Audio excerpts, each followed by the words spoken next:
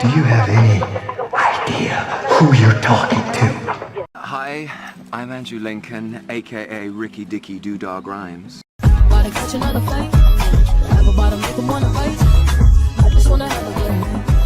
Alright, what's up boys? Today we're talking about how we can build a brotherhood of strong individuals Like Ricky Dicky Doodog Rhymes. The whole concept of the lone wolf archetype is generally flawed. Man, humans were never meant to be alone.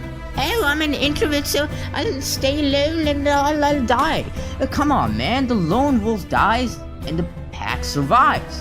5 powerful minds thinking will always be better than one.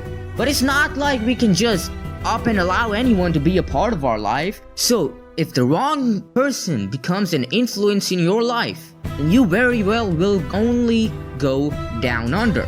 But if you're surrounded by like-minded individuals who believe in strength, honor, money, and relationships, then you can bet on the fact that even if you're not on their level, you will without a doubt eventually get there.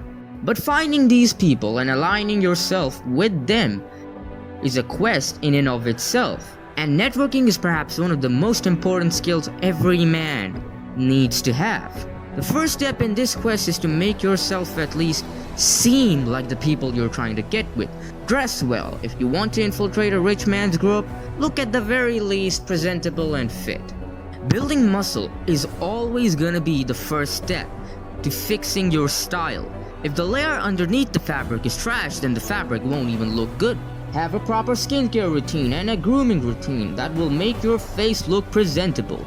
Fix up your hair. Go for a more classic old-time gentleman's look. Smell at least decent by taking a shower daily and using some kind of fragrance. No matter how cheap it is, the only thing that matters is that you do use a fragrance. And also, please use deodorant. Deodorant generally just helps masking out your body's scent. It mixes with it and creates a whole other scent in and of itself, which is really pleasant. So do use deodorants. Remember this, your dressing sense needs to be on point. The classic gentleman's look with tucked collar shirts can never look bad. The first impression matters. You know, when people say, oh, you should never judge a book by its cover, they're just coping, man, because they themselves are ugly and unpresentable. You look rich by just a few general adjustments. Now this is the whole other topic in and of itself, so I'll go into detail over this in a future video. Now charisma is perhaps the most important thing in networking. Rick has shown his immense mastery of charisma time and time again. He was a deputy sheriff and had specific training in this department. But there are still a few things you can do to skyrocket your charisma. The most important being confidence. I go into detail over this in my Daryl Dixon video, so do check that out after you're done watching this one. But the gist of it is, you need to push yourself in cold approach situations, to just go up to random people and talk to them! Yup, I know, real scary. Your dumb lazy ass probably won't even bother with this step, but I promise you, this is perhaps the most important one of the bunch. You see your target, and you shoot, and you approach them. Don't think of what you're gonna say, just shoot. Remember the 3-second rule. Target sighted, go up to them within 3 seconds, and just say hi.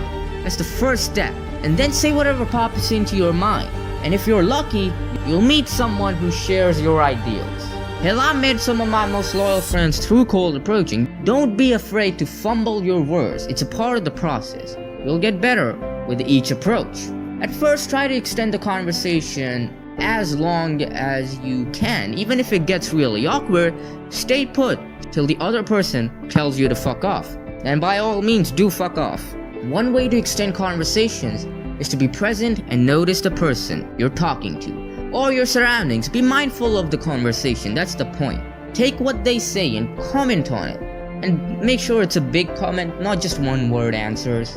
Still, you can't forget the sub-communication. They are way more important than what you actually say.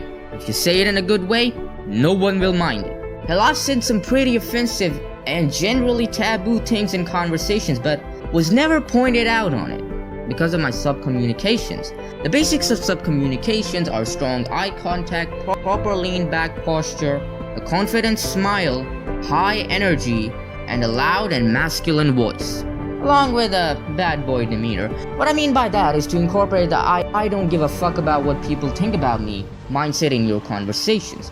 Next, let's get into values. With the first few steps, they are like a hit and run. The way you actually attract people towards you and keep them hooked is by establishing your values, the things you believe in. This is why everyone in The Walking Dead is drawn towards Rick, and why he is always the default choice as the leader. People are attracted to his values and his demeanor. Rick is the pillar in the storm that doesn't break, and when it does, he picks himself back up. That is perhaps the most attractive trait. Resilience. He doesn't stop. He doesn't go back. Still, he has made a lot of mistakes in his life. Hell, one of them cost him his son. He has lost a lot, yet he didn't cave in and never gave up. He fought for something greater than himself. He restarted society in the world of The Walking Dead. He fights for the future. He is driven by his purpose. And that is just goddamn right down bad a track. Now, final step. Where the hell do we find these people? Where the hell do we find the people who share the same ideals as us? See, I met my friends in a park. We work out, we fight, and we work on ourselves. There's a reason why we all met in the park. People with similar goals and traits do end up in same places. We all are fans of calisthenics. Boom! We meet in the park doing some calisthenics. And hey, if you're looking for a rich guy to network with, then hey, let me break this to you, man. You ain't gonna find them in the park or Starbucks. You'll mostly find them in high-end places. High-end gyms, resorts, high-end parties. Which if you can't get into right now, then use this as drive and motivation to make the amount of money that will allow you access to these people. Who says this was easy, man? Now, if you want friends that will help you train and boost your gains by motivating you to push harder, to create the competitive environment that allows for rapid growth, then buddy, local gyms, dojos, and calisthenics parks are your best bet. You can never know for sure by just appearance that which guy is more in tune to your goals, so approach as many people as possible. And check out my Yamcha video. It's based on attracting girls, but a whole lot of cold approaching principles apply here as well. But do always keep this in mind, to bring something to the group.